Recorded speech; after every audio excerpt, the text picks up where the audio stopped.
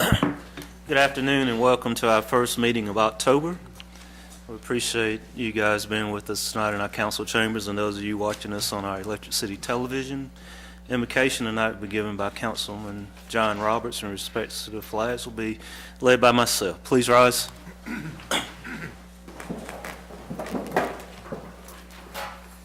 Heavenly Father, we come to you tonight to ask your blessings on this city, its employees, and leaders. Please bless the decisions we make here tonight, that they would be for the greater good of all of our citizens and our community. Lord, we especially ask that you watch over and bless our fellow statesmen and countrymen as we begin the healing process from this past week's devastating storm.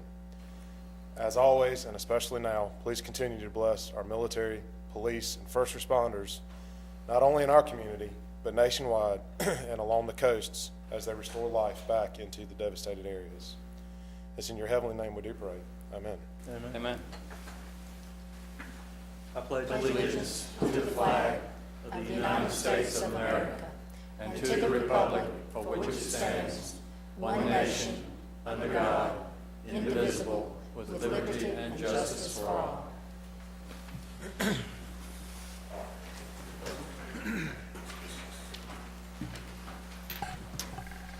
We've got one activity before our business meeting begins, and that would be our swearing in ceremony.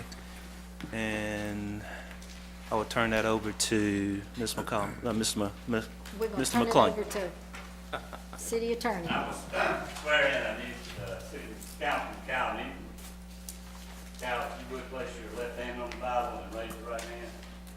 And repeat after me. I, Cal Newton, do solemnly swear that I am duly qualified according to the Constitution of the State of South Carolina according to the Constitution of the State of South Carolina, to exercise the duties of the office to exercise the duties of the office to which I have been elected, and that I will, to to the best of my ability, the best of my ability, discharge the duties thereof,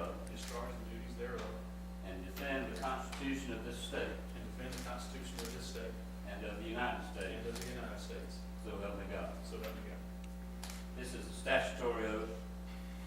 As Councilman of the City of Anderson, As Councilman of the City of Anderson, I will equally, fairly, and impartially, I will equally, fairly, and impartially, to the best of my ability and skill, to the best of my ability and skill, exercise the trust reposed in me, exercise the trust reposed in me, and I will use my best endeavors and I will use my best endeavors to preserve the peace to preserve the peace and carry into effect, according to the law, the purpose for which I have been elected. the purpose for which I have been elected. So help me God. So help me God.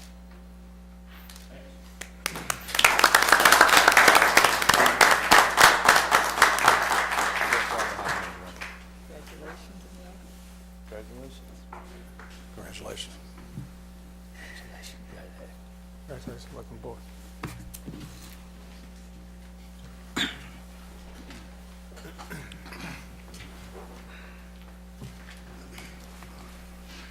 The minutes of our September the 26th meeting have been distributed. Are there any corrections or additions to the minutes? Not hearing any. Do I have a motion to approve? So moved.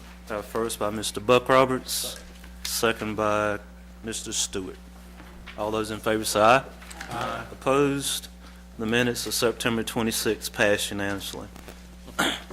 We have one item of old business, and that item is request consideration of an ordinance to revise the PDD document for the village at Glenwood, located at the corner of Glenwood Avenue and Bleckley Street. Ms. McConnell. Mr. Mayor and Council, this piece of property, you will remember some of the history of it going back to 2005 and then again in 2007. Our Planning and Development Director, Maurice McKenzie, is going to go through some of the details. But just very briefly, the plan development document is like the zoning ordinance for this piece of property. And I think as part of the history, it's important to remember that at one point in time, it was zoned light industrial. And that was the start of the rezoning history that you'll hear tonight. The current document allows for there to be a total of 110 houses built on this piece of property. The proposal would reduce that total number from 110 to 85. And there are a few other things that Maurice will cover in terms of those details, but I think that certainly is one of the main points was the density, and certainly how that property is to be used in the future will be governed by that plan development document. The Planning Commission did hear this request at their October the 4th meeting. There were about 10 people who were in attendance, and the Planning Commission recommended unanimously to approve the rezoning to come before you. So we have, the applicant is here with us tonight, James Curtis, and I believe you have some people from the neighborhood who are here as well, Mr. Mayor. So with that, I'd like to ask Maurice if he would share some of the other details. Thank you. Mr. McKenzie. Yes, thank you. As Ms. McConnell mentioned, this property has been the subject of some rezoning activity over the years, and as she stated, prior to 2005, the property was zoned LI, light industrial.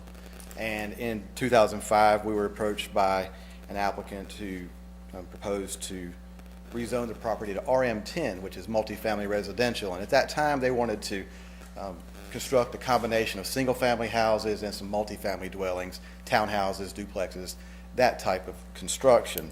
And that proposal did go before Planning Commission and City Council, and it was a subject of some concern from the surrounding neighborhood, primarily because of the multifamily development that was proposed. The predominant development activity in that area is single family, so a lot of folks in the area were concerned about the different type of development that was proposed.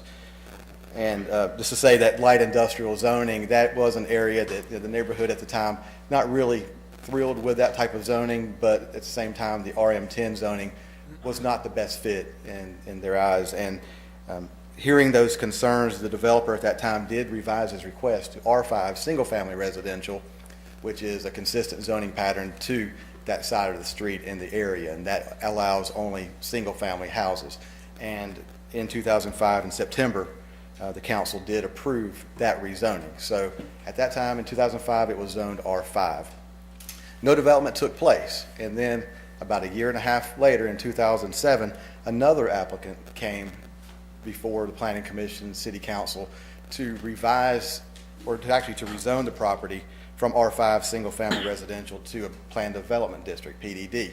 And as Ms. McConnell mentioned, in that document, it was 110 houses that were proposed, single-family. Along with that, there were some development standards that they had in there regarding the type, style of the house to be built. And also they had an amenity package listed in there, which is like a clubhouse / swimming pool, that type of development in there as well. When it went through the process, the residents of the surrounding neighborhood, they had some concerns regarding the fact that it was 110 houses and it was dense as far as the development is concerned. Also, at the time, there were no landscaping screening plans made available, so that was another concern as well.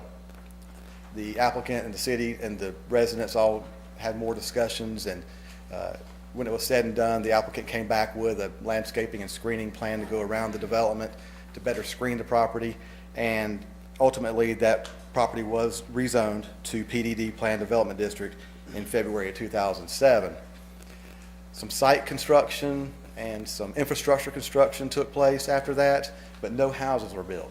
So fast forward to today, we have another applicant here and making a proposal to rezone, or actually to revise the PDD document to allow their current development plan. And as Ms. McConnell mentioned, 85 houses this time versus 110 houses. They wanted to take out the language regarding the amenities package, although there is land available to do that if they choose to move forward doing that later on. The language regarding the style of the houses was taken out, and the applicant can better address that, but basically they took that out just so they could better meet the needs of the consumer as they move forward with this development. And the developer also created a new landscaping and screening plan to surround the neighborhood, and that's what they're proposing right now. And to get a little more specific in terms of the lot sizes, of course, when you reduce the number of lots from 110 to 85, that obviously is going to increase the lot sizes. And in the existing document, the minimum lot sizes were 3,500 square feet, the maximum 9,100 square feet roughly. The average lot size was about 4,800 square feet. In the proposed plan, the minimum lot size is almost 4,400 square feet. Average lot size 6,000 or 6,100 square feet, with a maximum lot size of 13,270 square feet. So the lot sizes are bigger. They revised a landscaping and screening plan to be a little bit more specific and to show more details. And again, it does eliminate language that was really repetitive in the previous document, things that are already covered in our zoning ordinance, such as sewer and pets and things of that nature. They just took that out, as well as taking out language regarding the specifics of the style of home to be built. But again, the applicant is here to better describe that as well. And as Ms. McConnell mentioned, last week, the Planning Commission did hear this, and they recommended approval of it unanimously. Any questions from the staff? Thank you, Mr. McKee. Go ahead. Maurice, what is Exhibit A? Exhibit A is actually a landscape plan, and I can provide this to you. It says, we don't have it in our packet. It was not in your package. I have it now. I can provide this to you overhead. It's kind of Okay. hard to see, but if you'd like, I can just go over it real quick with you. As soon as I say that, oh, here we go. There it goes. Real quickly, huh? Yeah. Okay, Mr. Stewart, I'll kind of go over it. It's really hard to see with this, but I can provide you copies later on as well. But to orient you, this is Bleckley Street. This is Glenwood. And the applicant's proposing to have a berm all along Bleckley with plantings on top of that. Along Glenwood, it'll be an aluminum fence with brick columns. You can probably see it right there, but that type style of fence going on there. And along the eastern property line, which abuts existing residential, there is a 6-foot wooden fence, which was consistent with what was in the existing document, but this has a little bit more detail as far as what that will be. But that is Exhibit A. It's the landscaping or the screening plan for that development. Well, I think our existing document that talked about on the eastern property lines should be a fence that is compatible with the exterior construction of the homes and low maintenance, and use low maintenance materials. So if there's no homes there, how is that wooden fence compatible with those homes? Well, in the existing document, that's another piece to it that we would have to figure out first what that would be when they were going to build back in 2007. And with the craftsman style houses that were built, they didn't get specific as far as the type of materials to be used, whether it was going to be wood or vinyl or whatever. But that's why they took that language out in the new document and proposed document, so they can have something specific in terms of fencing. Maybe there's something that the applicant has. Yes. Maybe an applicant. What do we consider low maintenance materials? Because to me, personally, I'm not a builder, but a wooden fence is not low maintenance. Yeah, that language is in the existing document, not the proposed one, but low maintenance, I would assume would be, vinyl or something that can be easily maintained. And that's one thing that, we see from time to time, is just being able to make sure that berms and any type of screening is maintained, because that can become an issue later on. And the last question, the berm, I know we talked about how you confer as hedging. What type of, is it going to be a hedging? What type of berm, and what are the planting materials going to be In there? this berm, and I may let the applicant describe that better, because unfortunately, he can do that because I can't actually see Are you okay exact with letting details that? of it. I'm fine. But it was a coniferous type at the beginning, but now they have more clusters along the berm to make it more attractive and probably easier to maintain as well. Let's do this, Maurice, you hang tight, and, I'll leave this up here, though, in thank case you you. have more questions. and obviously, the meeting before, the council, voted to pass this through the Planning Commission. And the council has several commissions, citizens that do the work of council, like the Planning Commission. We appreciate what they do. Obviously, that information flows back to us in an executive summary, but a lot of times we don't get I don't know if anybody attended, I didn't, but a lot of times we don't get the privilege as council to hear comments made at that meeting. And so at this point in time, I think it would be appropriate to maybe go in the order of if there's anybody here that opposes this development, and then after that, we'll hear the applicant also. I would ask that if you do want to talk in the opposition of it, just to come down to the mic, tell us who you are and your address, and then you'll be able to address the council. And may I add, Mr. Mayor, this will give the developer some idea of what is the problem, so that he might be able to answer some of the questions about it. Exactly. Mr. Chairman, members of the committee, my name is Ray Lowing. I reside at 1000 Glenwood Avenue on the concrete cement factory side. And I think some of you were here but each time I've talked in the past, but I've been talking to you for a long time. Yes, ma'am. We understand that this is not a zoning committee meeting. We understand that the zoning was approved at that last meeting last week. And we also know that this is zoned for an R5 and multifamily. Our concerns at this point are what type of homes are going to be built, finances, arrangements made for those homes, because we understand that if we take financial responsibility in obtaining a home, we're more apt to take care of that home or to take care of that subdivision. We're not bringing a complaint or concern to you about crime. There's crime all over the city. We're not bringing to you the amount of traffic. There's traffic all over the city. But we are bringing to you concern about control of the traffic, because we can't control, or the police can't control, the traffic that's on Glenwood Avenue now. It's a speedway. We had some people come up from Myrtle Beach and stay with us because of the hurricane, and they called it a raceway, and it really is. It's not the police's fault. It's because they're understaffed. And if they don't have enough to control this or to monitor it, they're certainly not going to have enough to control 85 more homes worth of vehicles. Our other concern is the entrance only on Glenwood. This curve that's on Bleckley is actually, we think, hyperextended, because I just drove that, and there's as much straightway on Bleckley as there is on Glenwood. So we don't see why either the entrance or another entrance could not be placed on that side, since there's 3 lanes of traffic on that road and there's only 2 on Glenwood's side, to relieve some of that. I'm going to refer to my notes.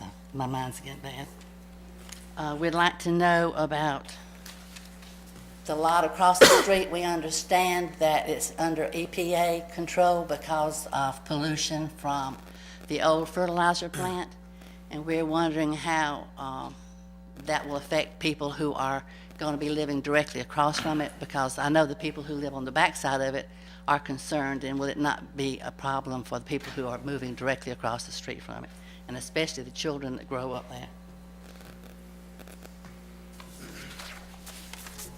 It was mentioned of the fence that will, or the entrance to Glenwood and what it would look like. We would like some extra explanation of that fence, because the word aluminum kind of makes us worry just a little bit. So if we could get some clarification on that, which I think that's the developer's thing. We also, I talked with Marshall Pickens after the zoning committee meeting last week, and we were talking about multifamily or family living houses being built there, and we were discussing the possibility that because there are so many of us older people who are getting ready to go on to a different type of living, could that not be the same types of houses that were built in a different way to accommodate a senior living community rather than just a regular living community? We would like for you to consider some of that.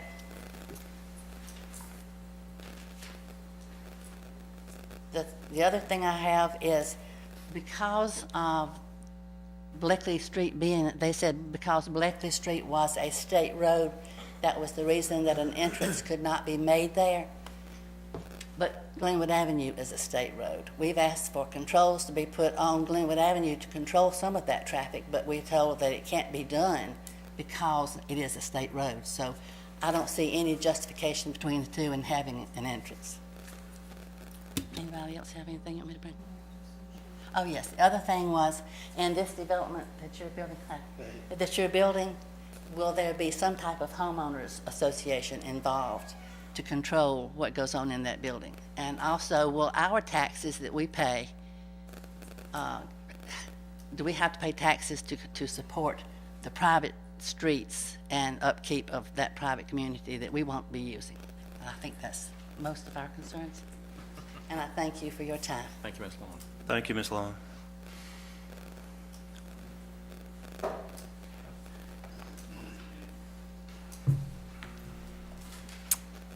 Anybody else? Okay. Mr. Curtis, I know you were taking notes. Well, I'm gonna try to do my best to answer all the questions here. Thank y'all for having me. I'm James Curtis. I've got Wayne Smith with here tonight. He's assisting us with the development, and I may defer to him if I feel like he's better suited to answer some of the questions. But just to address some of the things that have been brought up tonight, and our desire is that we will have a single-family, owner-occupied community. Okay, so I want to make sure that, I mean, these are home buyers. These are going to have, you know, the similar demographics, young professionals, you know, empty nesters, retired folks. It should be very similar demographics to the adjoining neighborhood. One of the questions that Mr. Lathridge had asked about was, you know, where did I think that the pricing of these homes would fall? Okay, I think that they will be under 200,000 with a median price range in the 180 range. Okay, something that's, you know, consistent with the community next door. The type of homes will be traditional homes with, you know, vinyl, hardy plank, masonry accents. And then there will be a homeowners association. They'll be responsible for the maintenance of the berm and the upkeep of the common spaces or whatever. You know, this would be a community made up with 1- and 2-story homes, very similar to the community that it adjoins. I wanted to address the landscape plan just for a minute, because when we met with Maurice and Jeff, some of the advice that was given to us was that that the screening requirements were a big deal a few years ago when this thing came through. So what we tried to do was to eliminate any doubt in the community's mind about what we were going to do in those locations. Okay, we hired Parks McLeod. Parks is a landscape architect out of Greenville, and instead of having very vague details like the previous PUD document had, it had language in there like coniferous trees every 30 or 40 feet. I can't remember exactly what it said. You know, the first thing that Parks said when he walked down there, he said, "Well, James, you've got overhead power lines right here. If you were to put, you know, coniferous trees every 30 feet down here, Duke Power is going to be knocking the tops out of these things. They're going to look terrible over time." So what we had Parks do was actually design, you know, a landscape plan, and we were really trying to show the surrounding community that we're committed to doing a nice development. I mean, he actually details out specific plants. There are some tree type plantings on there, but these are going to be lower growers, like, I don't know, John Roberts, he's my landscape expert. He'd probably tell me. So, you know, but I mean, these are going to be things that are appealing. I mean, the goal is to make a nicely designed berm across there. Now, as far as the fencing that goes down the Glenwood side, I mean, this is an aluminum fence that would be done in the style of a wrought iron look. I'm sure you guys are using it all over the city. I mean, it's a very common look. It's going to have a wrought iron look. It is aluminum fencing. Low maintenance. What's that? The low maintenance. Yeah, it's a low maintenance. It's a powder coated aluminum. I mean, it's really what more folks are doing now in lieu of the wrought iron. it's a much more expensive type fencing than what was originally specified. You know, the other thing is on the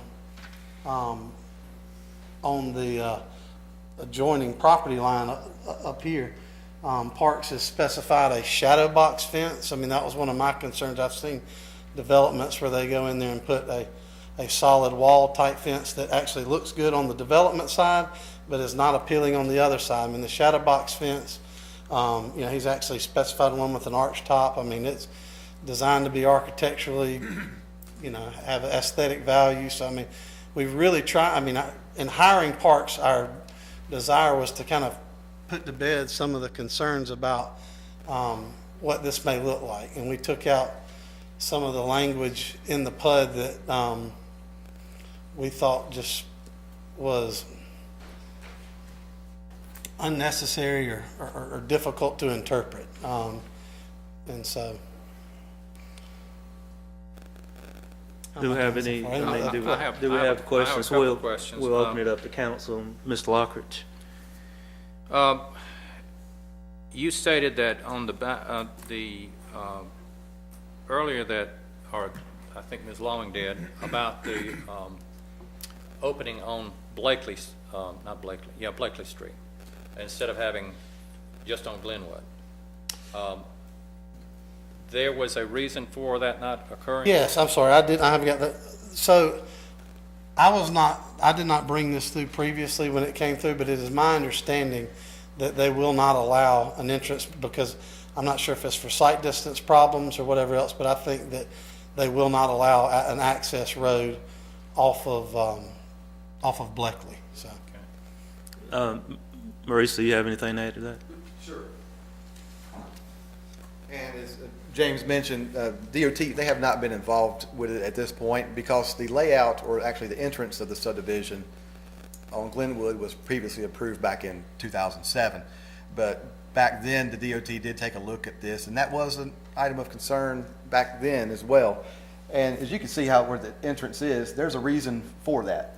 Because DOT, they require the entrances to other streets to be a certain amount of feet away from an intersection, that type of thing. And as you push where another intersection or entrance could have gone for this development, when I recall, they were saying it's going to be right in this area here, just based on the distance and the speed limit on Bleckley and those factors. And as a result of that, they determined that that curve, you know, as slight as it may be, or as significant as it may be down here, they found that not to be appropriate. Therefore, they required the entrance to go onto Glenwood. That's the history behind it. Would you say that's pretty consistent with current DOT That's thinking? that's very typical. I don't think their distance requirements have changed at all. And that's just what that happened back in 2007, was just that, because that question did come up, but it pushed the entrance down in here. Thank you. Which we fight that That's issue a very lot simple. in the city with traffic control lights and so forth. Another question. Ms. Lockridge. You mentioned the fact that these would be single-family residence houses. These would be built by? These will be built by local or regional builders. Local or regional builders, okay. And these will be all different, am I correct? It will not be like cookie-cutter houses? There will be several different plan options that will probably go into that. Okay. Ms. Chapman? Just to clarify, because we can't read the site plan, but the perimeter fence is around the entire piece of property except for the entrance or is it against the bermed area as well? Perimeter fence is not against the berm there. I mean, I don't know if anybody's visited it. There's actually a pretty large berm that already exists out there. Oh, yeah. So the berm side, the Bleckley side, is all landscaping. Okay, and then the aluminum and masonry fence goes down the Glenwood property, and then the shadow box fence goes along the. Could you show that on the map there? Sure. For you? So right here, this is all landscaping. Okay. The aluminum fence, which is actually detailed here, and it says powder coated aluminum fence, wrought iron ticket style, black color. Fencing. The That's typical column retention. detail. It looks like it's Retention. a 6-foot high aluminum fence with an 8-foot brick column. You know, along the plantings right here, you know, he's just got the details of different, you know, layouts of the plantings, and he's got them laid out down the berm with some. And the section over there beside the housing development, that will be. This direction here, Yes, sir? that has the Shadow box. the shadow box type fence. Okay, all right. Just to double check. I just have one other. That's a 6-foot high fence as well, so. Just to kind of clarify on the construction of the homes, these are going to be conventional wood frame construction, asphalt shingle, slab on grade, or elevated? Or are Yes. they slab on grade, or are they going to be conventional wood framing?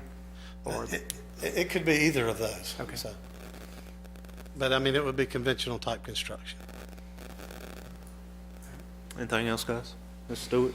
I think one of the questions that Ms. Lauren asked, the roads in there, who's going to be responsible for the maintaining of the roads inside of there? Would that be on us, or is that on the homeowners association? They'd be public that's not- streets. That'd be Be public public roads. streets like any other public. Right. We'll accept those after they build them to our proper standard. Which probably the majority of new subdivisions in the city Yes. will fall into city-owned roads. Any other questions? No, I have, Ms. Long, have all the questions been answered to your satisfaction? Do you have any questions? Any other questions? Did you get a median number of 180, I think, is kind of a median price. starting price on them? I'm not sure, but they should, I mean, I would think that would be in the median price range. So, I mean, these are going to be homes that are, I mean, actually, I think that the home sizes will be a little bit larger. I think the other one had a minimum of around 1,200 square feet, but we expect that these will be a little bit larger than that. These will be 3-bedroom homes, you know. Two other things. On the next meeting that we have, will you be able to show us what these homes, some of these homes will look like, and give us the distances between the homes? I mean, I know that. Well, That'd be difficult. the distances between the homes are defined, How big they are. should be part of the PUD. right. The distances are be going to part be of the defined PUD. by the setbacks that are outlined in there, so there'll be at least, I think, Maurice, are we 5s on the side? It'd be 10 feet. So we've eliminated the 0 lot line, and so they'll have 5s on the side, so there'll be a minimum of 10 feet separating the homes. And ma'am, we'd be glad to, maybe Maurice can show you those documents after the meeting. Would that be okay? Yes, ma'am. Revert back to my question about the EPA and how it would influence that community, I don't know. what are the future potential involvements of the. We'd have to check into that. Because I also know that it's back on and may follow suit, because it's a bigger piece of property than this one is. Let us do that. We'll need to do some research That on would that. have to be researched. Yes. And a matter of fact, you're telling me something I didn't know, so I need to find out too. Actually, when you mentioned it, I said, where did that come from? I've never heard of that before. So we'll, It's because of arsenic, I'll tell you that too. okay, we'll follow up on that and communicate back to you on that. Mr. Mayor, one follow-up question. Mr. Chapman? The previous plan, I know that there was some issue about the setback of the garages and the cars being able to be parked in front of the garages. I guess your new plans will have those pushed back far enough, and it'll be 1 or 2 car garages with Yes, the homes? do you remember what my front setbacks are? Okay. So 15 for the front setbacks. So the previous one, though, was, is it? It was much less than that. It was 15 for the 15? previous? Because I know that we had this, I know that some discussion was had about the previous PUD had that if a car parked in front of the garage. That's right. The back end would stick out over the setback. And so I would think that that would be some consideration you'd want to make with the new placement of those. Mr. Mayor. I'll let Mr. Roberts first and then Mr. Lockridge. Mr. Curtis, so you're gonna put the sidewalk through the whole division? No, sir, we do not Just have curb. plans for sidewalks. Just Curb and curb and gutter. gutter, yes. I think what And I believe what happened before was putting sidewalks in, and by the time you had parked the car, the Oh, it would block the car would be out in sidewalk. the sidewalk. Right. That's possible. That's very possible. Our city zoning guidelines require 2 parking spaces per residential lot. I mean, that can count as your garage as well. Okay. Ms. Lockridge? Mr. Mayor, based on all that I've heard tonight and based on what Mr. Curtis has said and what Ms. Loring has said, everyone else, that I think most of the questions or many of the questions have been answered tonight. I'm hoping that what we're doing tonight is for the betterment of the community, because that's really what all of us want to do in the first place. But I would like to make the motion that we adopt the request of the consideration to develop this village of Glenwood. Revise the To revise the PDD? PDD. To revise the PDD? I can't read, I'm sorry. That's okay. We have a first by Mr. Lockridge. Second. Second by Dr. Thompson. Any further discussion? All those in favor say aye. Aye. Opposed? It passes unanimously on the first reading. What we'll do, ma'am, is between the first and second reading, we'll try to tie down your questions about EPA and further things before the second and third reading, okay? Thank you, Ms. Curtis. Ms. Long. Thank you, Mr. Curtis. Appreciate everybody's involvement and citizen involvement too. Thank you. And I think it's a testament to urban living and people wanting to live in the city of Anderson and cities in general. We have 3 items of new business. That first item is request consideration to purchase body cameras from the police department. And this is from the South Carolina Department of Public Safety grant. Ms. McConnell? Thank you, Mr. Mayor.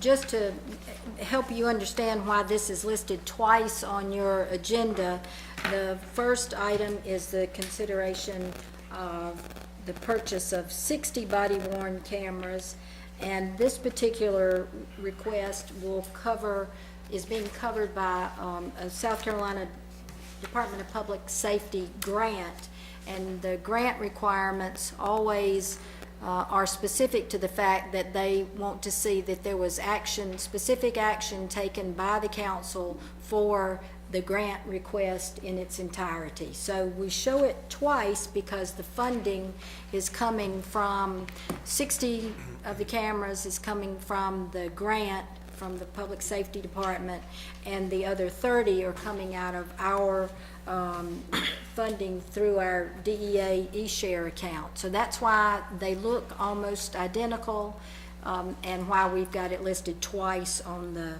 agenda.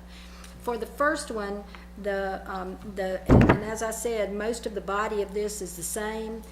Chief Stewart is here to answer any of the technical questions, but I will share with you that the City of Anderson is certainly proud to tell you that we have had body cameras for our police officers since 2012, when it was not required by the state to do so.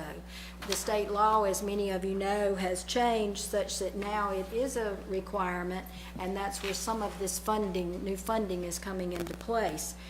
The proposals, both of the proposals here tonight would give us the capability to replace all of our body-worn cameras for all of our police officers.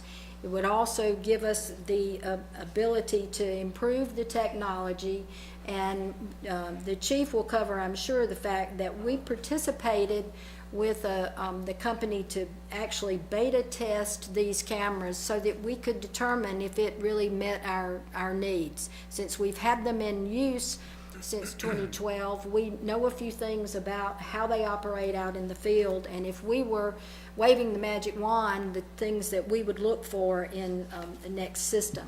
One other thing that I will share with you is that if you did the math on this, as Mr. Stewart did, you'll find that what we neglected to tell you one thing, which was that the $55,000 purchase of the 60 cameras also includes the docking station, the training that is necessary to go with that, and the 2-year warranty for the cameras. In the second proposal, it includes the cameras and the 2-year warranty, and it also provided for a discount because this company was already working with us. So if you do the math in a non-traditional way, taking into consideration the itemized elements in there, the cameras are in the neighborhood of $400 and some odd dollars a piece for the cameras themselves. So I'm like to turn it over to Chief Stewart. He's actually wearing one of the body cameras this evening and can tell you a little more about how it operates and the details on why this is a good purchase for us. Thank you. Chief? Well, I would just always like to say, that the city, it tries to strive to be at the forefront. As Ms. McConnell said, we've had these since 2012. That was the ViView body cameras. This one that we have now that we beta tested, Mobile View, is a little more advanced, has more features. In fact, the officer can, I can pull this off. If you look on the back, you can notice the officer can actually turn this camera over and take a picture. He hooks it to his computer and he can put that picture inside the instant report that we have. It also has the capability, if you look really close right here at the front, it has infrared cameras. So it can record with night vision. That's something that we haven't had in the past. When Governor Haley put this out as an executive order last year that all law enforcement in this state were to comply with having body cameras, we strived to be as fast as we could. We turned in our policy, which we already had a general order in December. It was approved in January, and our policy here for Anderson was used all over the state for some like agencies that didn't have one.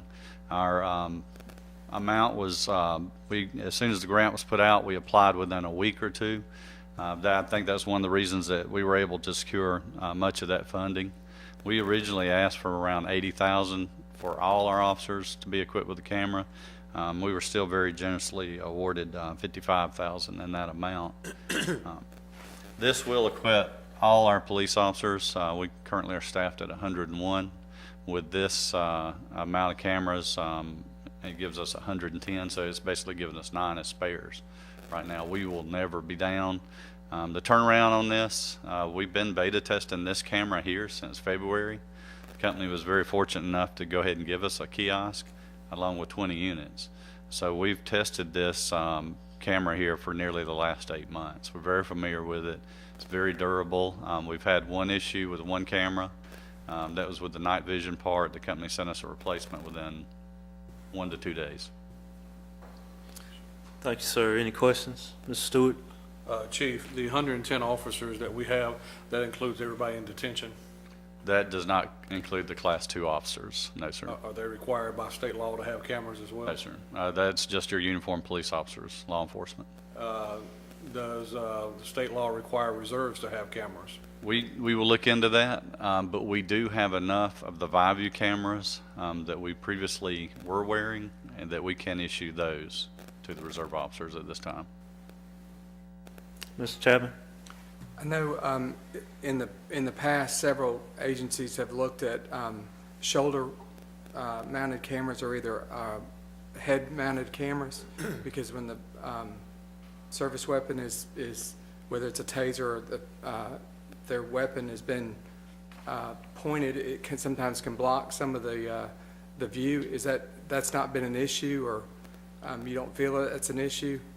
This camera, it doesn't exactly capture 360 degrees, but it would capture this larger area right here. Okay. We did look at those cameras. Taser is the model where you're talking about, where they wear them on their head, and it has a band that goes around. That was the quote that came in at $84,000. Okay. We eliminated them based on the cost. The other cameras, mostly all are like this. The Mobile View is officer preference. It does come with a leather strap where they can hook it to their lapel over here on our collar, and it can hang right here. Okay. Most of our officers' preference is to put it right here. It is very durable. I know you can't see from that far back, but it has about 10 hooks, like an alligator clip right here. So when it attaches, it is pretty secure. Anything else, Ms. Thompson? Chief, I think that we've had these cameras since, old cameras since 2012. So those cameras, when you bought the new ones, what are you gonna do with the old ones? We plan on, like I told Councilman Stewart, we will give those to our reserve officers. Currently, we have 8 volunteer reserve officers here. We'll assign them to them, and we'll also assign them to the detention officers. So they will have body cameras in detention. Are they, Ms. Lockridge? are they compatible with each other? They are not. And the They're big not? difference, I'll tell you, our older camera is ViewView. When the officer comes in at the end of their shift, he has to log into a computer, and it goes through our IT network. It takes about approximately 50 minutes for it to download. Wow. These cameras, we come in, they are pretty much put in a built-in kiosk. It looks similar to an ATM machine with drawers in it. They can download their whole day in 5 minutes. Wow.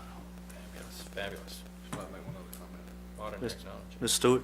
Just like to add, I did ask the chief, just wanted to make sure that our council security, Ron and the court personnel, make sure that all of those was going to have body cameras too, and he assured me that all of those would have body cameras as well, where they don't have that now in case somebody comes in the city hall or in the courtroom or whatever else, so. Yes, I sir. really appreciate That will include all our law enforcement, including me from the top down.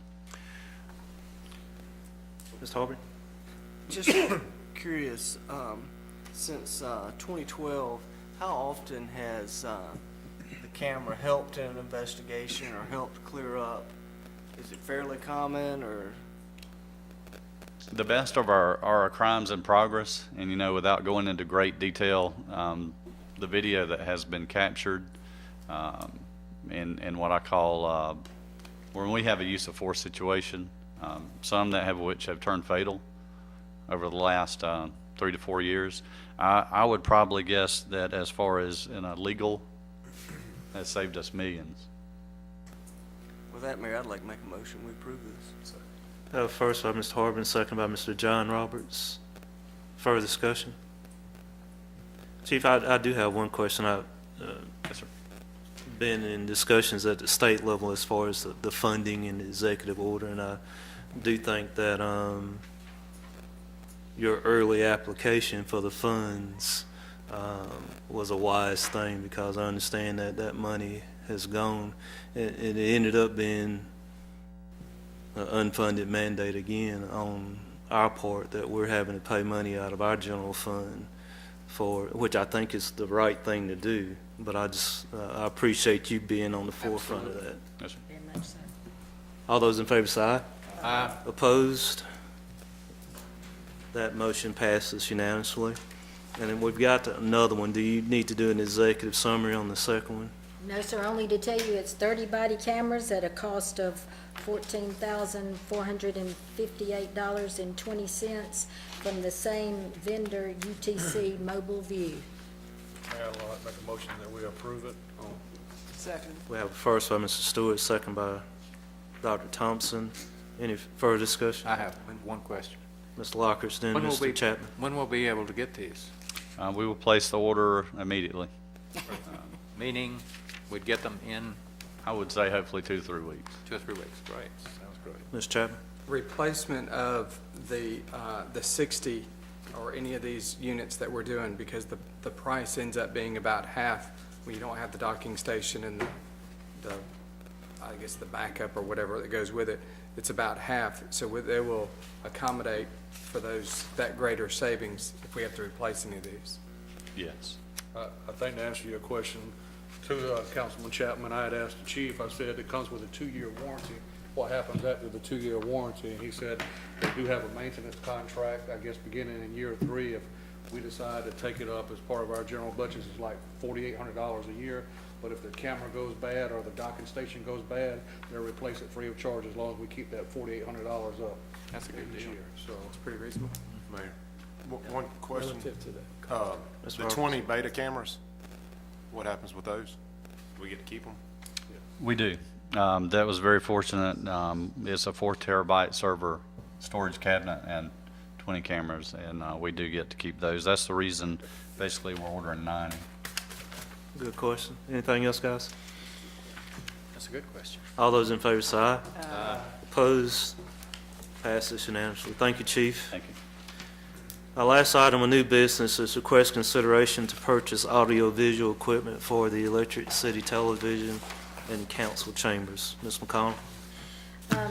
This particular agenda item deals with the audio-visual equipment that's in here, and it does address our broadcast capability, but there's a little bit more to it. I would capture this by saying this matter is about the age of our equipment, the fact that we all know technology changes rapidly, and our equipment has been in place in the council chambers for 15 years now. It also deals with how we communicate with our citizens, how we handle and share the public meetings that happen in these chambers, and it also, equally as importantly, it addresses our training needs of our 450 employees. So this is kind of an all-encompassing type of issue. The thing that we're faced with is essentially everything that you see in here, from your monitors to your microphones to the screens to the podium. All of this has really aged out, and we're at the point where we've had some equipment failures over the last couple of years. We've managed to limp along and keep us working, but we knew we were getting to the point where we would have to consider some type of new equipment or an upgrade in equipment to some level. Trying to meet all of those needs is what this package is brought to you tonight about. And Mark Cunningham is with us to talk about Mark is our IT division director, and he can talk you through the technical details. But I will tell you that generally speaking, we've tried to give you some information about other cities and what they do. We also looked at how much do we actually use these chambers. You all are here, twice a month, 12 months out of the year. The council chambers are used virtually almost every week. If there are 250 work days, we're using these council chambers 30% of those work days just for regular kinds of training activities. I think we share in here, for an example, that we have safety training in here, and all of our 450 employees have to participate, and we want them to participate in various types of safety training. We have that here. The police department uses it for training. We invite others to participate in that training in this facility. And that's not to mention your regular commission meetings that occur. So we don't want you to think that this is just about replacing the equipment so that we can broadcast our meetings live on TV. That is part of it. But Mark will kind of walk you through what the process we went through to determine who could be a vendor. We had some difficulty with that. This is not something that everybody out there is in the business of, and tried to make this meet our various needs with this request. Mark? Thank you. It has been a 2-year process. We've had different issues with the equipment in here over the years. If you've ever taken a look back in the control room back there, you'll notice that there's a lot of equipment, and it's all components. If you kind of think back of the way you used to have your home stereo, you would have a CD player, and you'd have an amplifier, and you'd have speakers. So everything was separate. So if one thing broke, then you would have to fix that one piece. That's kind of the way we are right now. Things have changed to where everything's consolidated now. So what we're proposing tonight is not a component system. It's one system that'll be intact. A lot of the issues that we've had, again, 15 years is a long time in technology. This system is an analog-based system. What we're proposing is a digital system. So all of our cameras are SD cameras, standard definition. We're proposing high definition cameras. We're doing away with the screen and projector. We're putting in a smart board, an 80-inch smart board, high definition, that has a computer built into it that you can upload any file and bring up, just like the drawing you saw earlier tonight. It's very hard to see because of the lights and the way this screen will be very bright and vivid. You'll be able to see it clearly. It'll also be internet connected, so anything that we need to do over online, we can do here. We're proposing one 80-inch and one 70-inch. It's mobile, that we can move any place in the room. And a couple of years ago, when we started having these issues and we were having problems getting replacements, that's when we first started looking at upgrade. And we went to our original vendor. Their original price estimate to replace what we had was $234,000. And at that time, we said we got to find a better way to do this. So we put out an RFP. It was advertised, and we only got one response from a company out of Texas. And they just didn't meet our needs because the only thing that they could provide us was recording equipment and cameras. They couldn't do the audio part. They couldn't do the AV part. And so we discarded that proposal. And about 6 months ago, we did another proposal. And at that time, Sharp Business Systems out of Greenville responded. And that's the proposal we're presenting tonight. And all the equipment that you see listed is on state contract, so it's state contract pricing. As was mentioned, we did do a lot of homework as to how other municipalities handle their meetings and their meeting places across the state. And honestly, we got answers that were across the board. Some places only record audio. One place only recorded audio. Some places contract out a videographer to come in and record the meetings. Some places broadcast live on YouTube. Some places are like us and broadcast live on a local access television station. So it's a wide variety, and I think that's just because there's not a lot of companies out there that sell this type of equipment. It's very difficult. Some of the places that do what we do, they had a person in-house that designed their own system. So we don't have someone with those capabilities in-house that can do that, so that's why we had to go outside. We do have tons of meetings in here, training. We do everything from the security training for IT to the police department, fire department, courts. Almost every division has some type of training. We have our monthly board of zoning meetings, our board of architectural review meetings.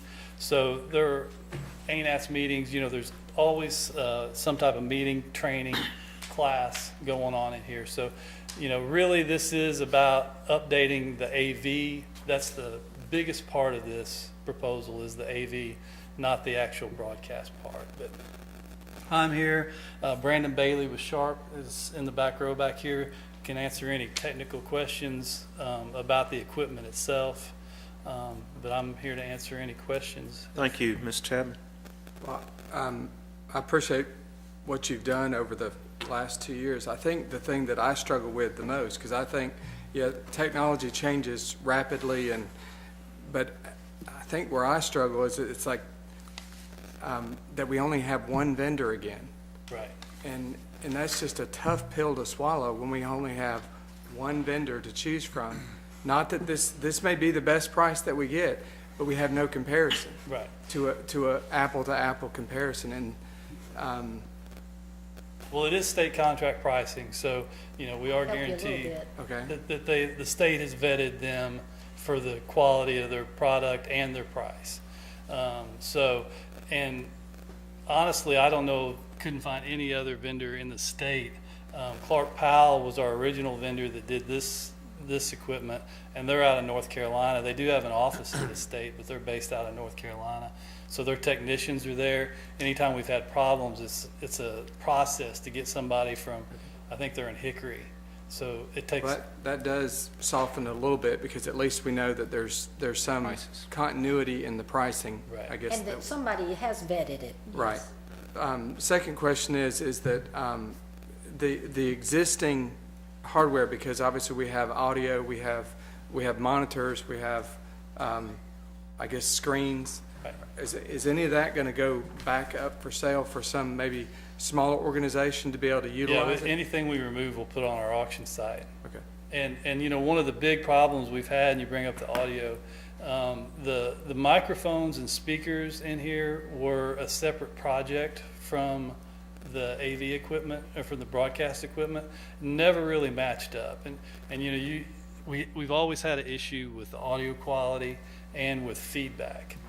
If we turn the microphones up loud enough, I mean, that's why we actually have to have these microphones 6 inches from someone's face, because if they're any further away, you're just not going to pick them up on the broadcast.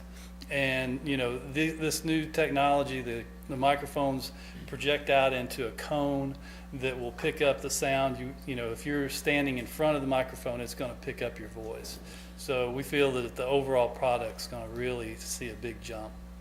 Okay, thank you. Mr. John Roberts and then Mr. Stewart. Couple of quick questions. Number one, you said this is 15 years old, most of this equipment? Yes. Do you remember the cost? It was over 200,000 at the time. Okay.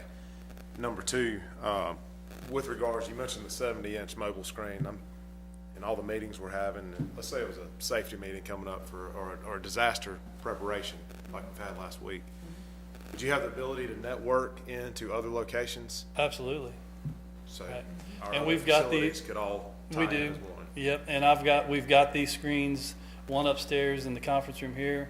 We've got one over in the NBC. I used one for a WebEx last week for training. Was talking to a guy across the country. So it won't show video, but you can communicate over the phone and have like a WebEx type interaction. Ms. Stewart? Well, just a couple of questions. I've talked with Mark, you know, before the meeting, and still, I don't know, just still have some, I guess, uneasiness about some of it. I know that we have the meeting room across the street at the NBC building. You know, I'm sure that, I just don't understand with our court system, why are they having to meet in this big room? Our courts are not big. We've got that one that has the smart capability. Why couldn't they meet in that conference room over there instead? We have other conference rooms, so I think the justification that everybody meets here, well, there's other venues that we can meet at that has this capability, you know, so trying to use that as a justification that we all have to meet here, I just don't agree with that. And like I was saying, a lot of these other meetings, like the Planning Commission and BZA, those are not monthly meetings, because those are all called meetings depending on what the agenda is. You know, They meet pretty Well, much. the BAR meets every month and Planning Commission meets every month. The others are on an as ENATs needed. and different ones. They're as needed, and to your point, Mr. Stewart, you're correct, we do use the NBC, there are 2 conference rooms over there. This room does accommodate more people than the first floor conference room at the Municipal Business Center, but we're also using, our internal people are using those meeting spaces. I would venture to say we probably use the meeting room, we have a conference room upstairs here. We have 2 conference rooms in the Municipal Business Center, and I would venture to say we use all of those on a regular basis every day.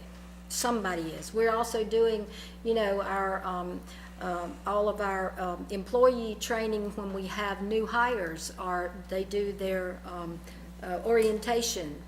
That's another component of, so we put it all to use. We wouldn't just use this facility. I think we feel the need to use them all.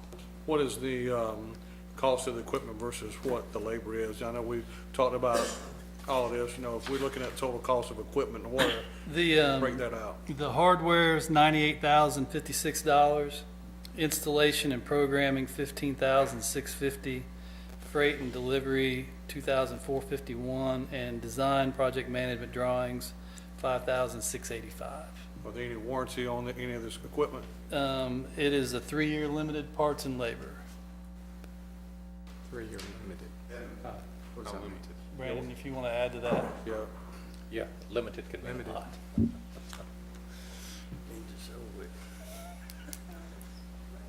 Some of the equipment carries longer warranties, just kind of depends on each manufacturer, but the minimum warranty is 3 years. That's standard on commercial equipment. Some of it's a little bit longer, but for the first year, we cover all parts and labor. So anything that happens in the first year, there's no charges. We take care of it. We're on site and taking care of that. And What we happens in have, the second year? Second year, you just incur charges on the labor side of it if we needed to come pull it out or do some kind of reprogramming or something like that. But the equipment itself would be covered by the manufacturer. Mr. Chapman? There's surge protection, lightning protection for Yes, this sir. system. Yes, sir. The It's whole built in. system includes all the power distribution as well as surge suppression. Also has the sequencing module in place so that when you turn the system on, it brings everything up slowly and sequentially, and then brings everything back down sequentially as well. So, but if there's a failure, that's 100%. Correct. Correct. Anything else, guys? I have a question. This may be What? this may be a stupid question, but I've been known to ask them before. The question I have is, I'm sure that there's a lot of folks that understand all of this technology. Will there be any kind of training involved in this for the folks? Like me and them. Absolutely. Absolutely. Let me say first, I live in Anderson. Although Sharp Business Systems is in Greenville, I work there. I live in Anderson. I also own property within the city proper. I've done work all around Anderson. I've done several classrooms at Anderson University. We'll make sure that you guys know exactly how all this stuff operates. I'll attend meetings as needed to get this thing off the ground and ensure that everybody's comfortable with the technology. Okay. Last thing I want you to do is have a bunch of stuff and you don't know how to use it. Exactly. That does you no good and does me no good. Good. I want you to leave here and say, man, that Brandon guy's a great guy and took care of us. Thompson? Mr. McConnell, where is this money coming from? Funding, thank you, Dr. Thompson. The funding would come from your fund balance. It's not something that we built into IT's budget. So that would come from your fund balance, and you have dollars available to do that. And I think even in this day of meetings and transparency, I know I've referred a couple of upstate cities that were looking at broadcasts. I won't mention any names. One of them has had particular problems with council meetings and space and people not being able to see a meeting. And I think that's a plus in regards to being able to view a meeting, whether it's live or taped or on YouTube. Anything else? Does this affect our system, our TV system at all? I'm sorry? Our TV system, our broadcasting on TV? Yes. Basically, this will replace everything that we use to send the signal out. We've still got our the equipment that actually sends our daily programming out. It's not going to change. That's still the same. But the live side, this is what we're replacing. And I guess this system is going to be compatible with our other conference rooms. Absolutely, same equipment. Anything else? That I make a motion that we approve. I have a first by Mr. John Roberts, second by Mr. Lockridge. Further discussion? All those in favor say aye. Aye. Opposed? Thank you, Mark. Administrative briefing, Ms. McConnell. In your package, you have the quarterly progress report, which identifies your retreat issues, everything from economic development to neighborhoods and housing and recreation, and then our major projects as well. This is an update. Please take a look at it. If you have any questions, feel free to call David or me or any of our division heads for more information. We also have on the October calendar this week, on Thursday, the 13th, the Anderson County Municipal Association meeting is at 7 p.m. in Honeypath. That is at Chadwick's, I believe, in Honeypath. And then next week, we have two community meetings, the Westside Community Coalition on Tuesday at 4, and on Thursday, the Southeast Anderson Task Force at 5:30 at the Hannah Westside Career Campus. And we have one item in executive session. It has been a busy 3 quarters. It's hard to believe we're in the last quarter. Mayor, Yes. I just want to mention before we go into executive session that the Fresh Taste, I believe that several of us attended it. It was a fantastic event, great food, great weather, huge attendance. So I think the staff should be commended for putting that on, and I think it Thank you. did a great job. Thank you. It was very, very well attended. Ms. Nice Stewart? evening. I'd just like to mention too is, I got an email because I do business with them, but this Thursday from 4 to 8 p.m. at the Anderson Civic Center, Cyber Solutions is spinning off a new company there located right here on Greenville Street called, I think it's called I Broke It. And they're going to be servicing cell phones, iPads, tablets, all that. And anybody who has issues with cell phones, from diagnostics to needing repair, if you take it up to the Civic Center between 4 and 8 p.m., they're going to have a booth set up there. They said that they would do the maintenance on it there for free of charge while you wait. Good. I would entertain a motion to go into executive session. So moved. First by Mr. John Roberts, second by Mayor Pro Tem. All those in favor say aye. Aye. Opposed? We're staying in executive session.